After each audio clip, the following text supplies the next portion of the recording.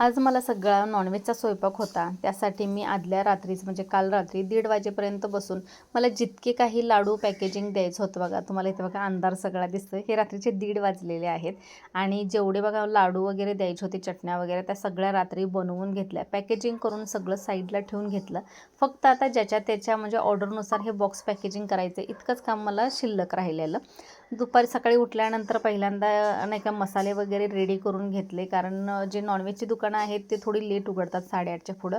ते मिस्टर मटण वगैरे घेऊन येऊपर्यंत मी तो पूर्ण मसाला तयार करून घेतलेला, म्हणजे भातासाठी लागणारा, रश्श्यासाठी म्हणजे सुक्यासाठी लागणारा हे सगळं रेडी करून घेतलेले, कांदे वगैरे चिरून सगळे. मिस्टर ज्यावेळेस मटण घेऊन आले त्यावेळेच्या नंतर हे शिजवून नाही का असं फोडणी घालून घेतलं.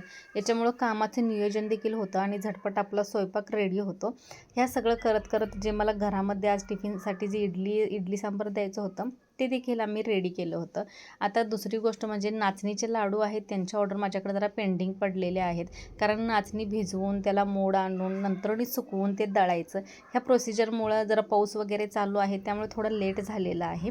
उद्यापर्यंत सगळ्यांचे पार्सल रेडी